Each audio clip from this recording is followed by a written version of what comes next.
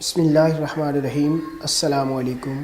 Programme راہ ہدایت کے ساتھ آپ کا میزبان حافظ مظہر اقبال آپ کی خدمت میں حاضر ہے۔ ناظرین، تم میں سے بہترین شخص وہ ہے جو خود بھی علم سیکھے اور دوسروں کو بھی سکھائے۔ تو حسب روایت آج ہم پھر بات کریں گے قرآن کریم فرقان حکیم پر کہ قرآن کریم کتاب نجات یا محض کتاب ثواب، اور اس پر آج پھر ہمارے مہمان ہیں پروفیسر ڈاکٹر غلام حسین راشد صاحب۔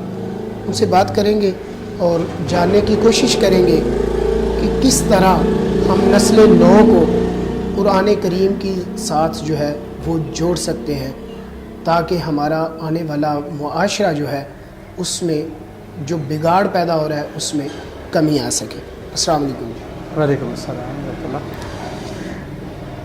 اب سب جو ہم نے پہلے پروگرام کیے ان کو آج ہم کنکلوڈ کرنے جا رہے ہیں۔ قرآن حکیم محض کتاب ثواب نہیں بلکہ اس کا اسپیکٹرم بہت وسیع ہے۔ اس کے ساتھ جڑ کے ہم ہدایت، روشنی، شفا، نور اور دارین کی کامیابیاں سمیٹ سکتے ہیں۔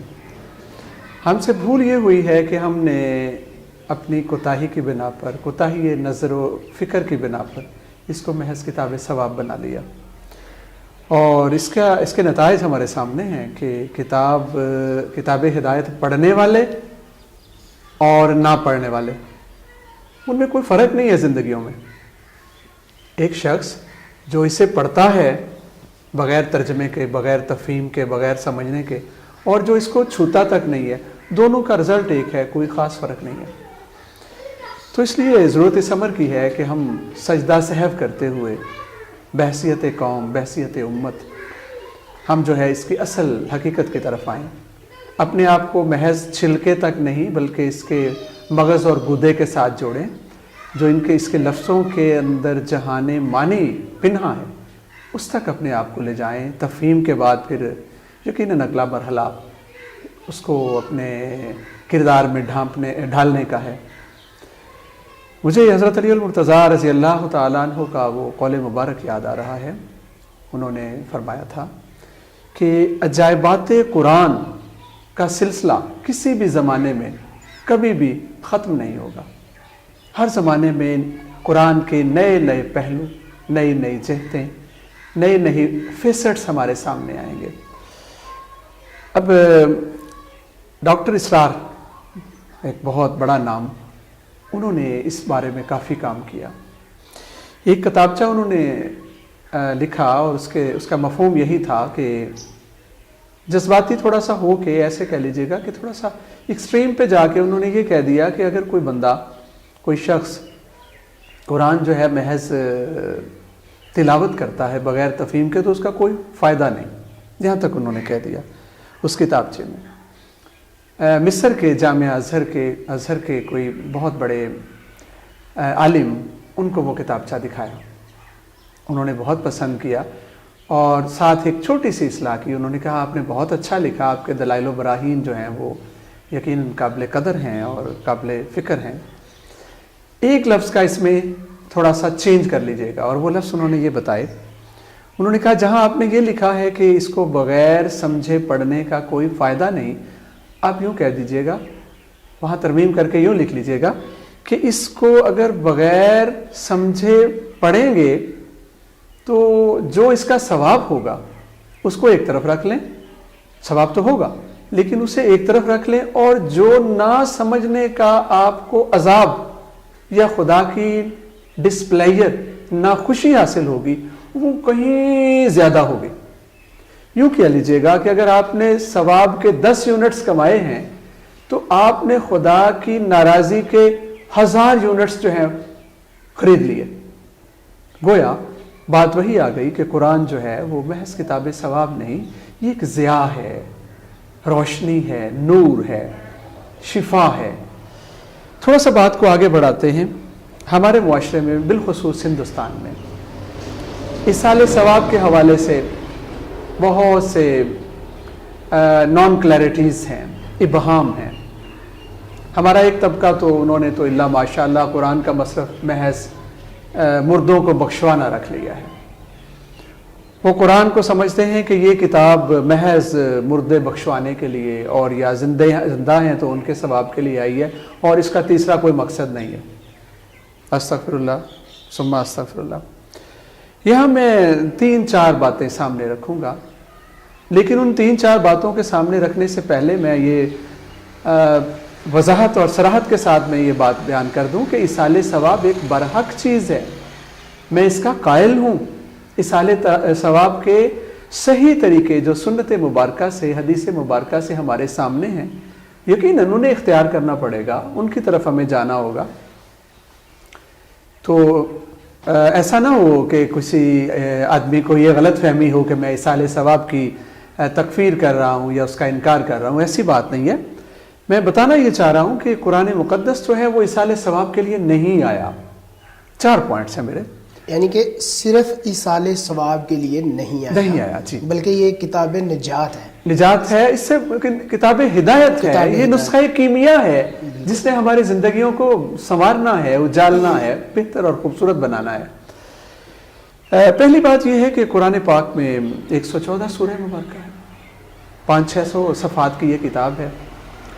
الحمد سے لے کے والناس تک مجھے ایک بھی آیت کریمہ ایسی نہیں دکھائی دی جس میں اللہ رب العزت نے یہ فرمایا ہو کہ اس کو زیادہ سے زیادہ پڑھ کے مردوں کو بخشا کرو. ہر طرح کی رہنمائی ہے قرآن میں، ایک سمندر ہے. اگر یہ ایصال ثواب کے لیے منٹ ہوتی تو یقیناً اس میں اللہ فرما دیتے کہ اے ایمان والو اس کو زیادہ زیادہ پڑھ کے مردوں کو بخشا کرو. معذرت کے ساتھ ایک بھی آیت کریمہ ایسی نہیں ہے جو ہمیں یہ بتاتی ہو. اس کے بعد دوسرا مینارہ نور، وہ ہمارے پاس حدیث مبارکہ ہے، سنت مبارکہ ہے. جہاں تک میرا مطالعہ ہے، میں نے بخاری شریف دیکھی ہے، میں نے مسلم شریف، موطا امام مالک، ان سب میں سے میں گزرا ہوں. اور بھی میں ایک طالب علم ہوں، پڑھتا رہتا ہوں. اب بھی میں مشکات المصابیح جو ہے وہ میرے زیر مطالعہ ہے. اب یقین کیجئے گا مجھے آج تک کوئی ایک بھی حدیث مبارکہ میری نظروں کے سامنے نہیں آئی جس میں یہ کہا گیا ہو کہ قرآن کو زیادہ زیادہ پڑھ کے مردوں کو بخشا کریں. قطعاً ایک بھی حدیث میرے سامنے ایسی نہیں آئی. اس کے بعد تیسری چیز ہوتی ہے آثار صحابہ، صحابہ کرام رضوان اللہ اجمعین، جو کہ رسول مقبول صلی اللہ علیہ وآلہ وسلم کے تربیت یافتہ لوگ تھے. ان کی زندگیاں ہمارے سامنے ہیں. اب ان کو دیکھیں، صبح و مساء جنازے اٹھ رہے ہیں، کسی کے والد فوت ہو رہے ہیں، والدہ فوت ہو رہی ہیں، پیارے، بیوی، بیٹی، بہن، بھائی. ہم نے ایک بھی جگہ پہ ایسا نہیں دیکھا کہ وہ ایصال ثواب کے لیے قرآن خوانی کر رہے ہوں اور پھر مردے کو بخشانے کے لیے استعمال کر رہے ہوں. اور ہم سے زیادہ وہ قرآن پڑھنے والے تھے. وہ تو ہر وقت قرآن جو ہے ان کی زبان پہ جاری رہتا تھا. اکثریت جو ہے وہ حفاظ سے ہوتے تھے، حافظ ہوتے تھے قرآن کے، لیکن کہیں بھی ہم نہیں دیکھتے کہ وہ قرآن پاک پڑھ کے اپنے مردوں کو بخشوا رہے ہوں. تو گویا قرآن، حدیث اور آثار صحابہ سے ہمیں یہ چیز صراحت کے ساتھ مل گئی کہ قرآن جو ہے اس کو ایصال ثواب کے لیے نہیں. اب آ جائیے گا دوسری طرف، ائمہ کرام، امام ابو حنیفہ علیہ رحمہ، امام شافعی علیہ رحمہ، امام مالک علیہ رحمہ، امام احمد بن حنبل علیہ رحمہ. ان چاروں ائمہ کرام میں دو جو ہیں انہوں نے تو بالکل پازیٹیولی اور قطعیت کے ساتھ یہ کہہ دیا کہ بھئی ہماری سمجھ میں یہ ایصال ثواب والی بات نہیں آتی.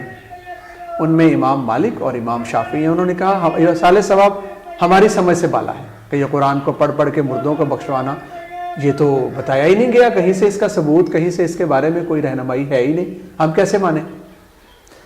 البتہ امام اعظم ابو حنیفہ علیہ رحمہ اور امام احمد بن حنبل علیہ رحمہ، انہوں نے تھوڑی سی گنجائش دکھائی ہے.